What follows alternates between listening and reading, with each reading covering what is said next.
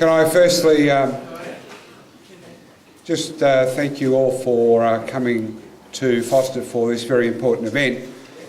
Some as old as I will remember some of the circumstances around adopting of standard trucks. People will certainly remember diesel trucks coming in, which took us well forward from where we'd been at the time. Aircraft, certainly in the mid-80s there was a lot of work done with aircraft and then rotary wing aircraft, and I believe at some time in the future the initiatives that the Minister's going to announce today will be so ingrained in the CFA, so important in the CFA, that we'll see this as a turning point in our skills maintenance of our volunteers. I'm proud to say in front of a Minister, because I think he has influence with Treasury, I'm proud to say that the government has been good to the CFA in relation to its funding, and for perhaps the first time ever, I think, to fund some of these initiatives, we've found over $1 million within our own initiatives, with our own budget.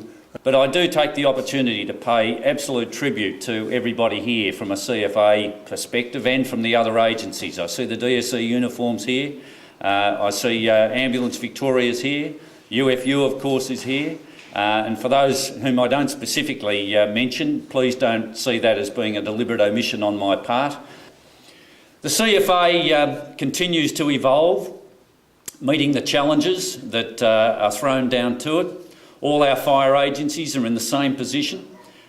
Since the Black Saturday events and then of course the Commission doing its work, the 67 recommendations, we have undertaken as a government to implement all of those recommendations. You cannot beat being out in the field for training. You can't beat that.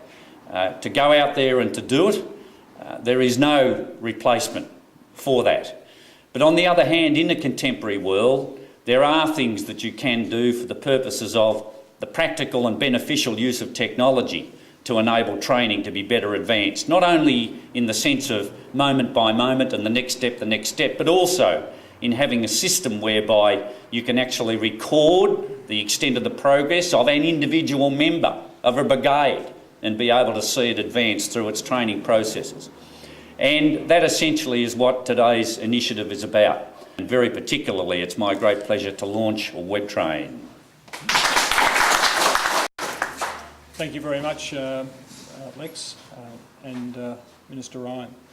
It's my pleasure to give you a brief overview of what these initiatives mean, and I reflect in December '98, after the tragic events of Linton. We thought we had a challenge in introducing minimum skills, and we in fact have exceeded all our expectations in relation to that. But our biggest challenge wasn't to sign people off. Our biggest challenge was to actually keep them skilled and keep them current.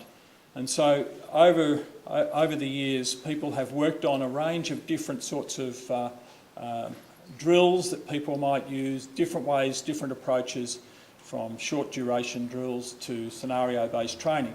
And the drills that the Minister talked about represent a collection and a collation of drills from right across the state, and they've been brought together by a whole range of volunteers and staff. And I invite you at the end of the presentation today to have a look at the folder which is around the corner. There's a series of folders that will be provided to each brigade.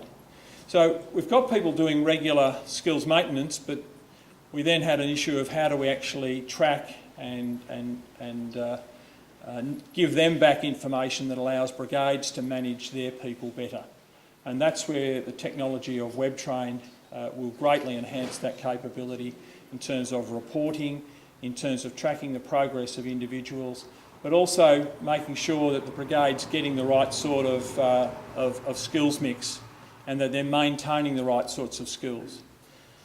With those brief thank yous, finally thank you to everybody that's made the time to come to Foster today.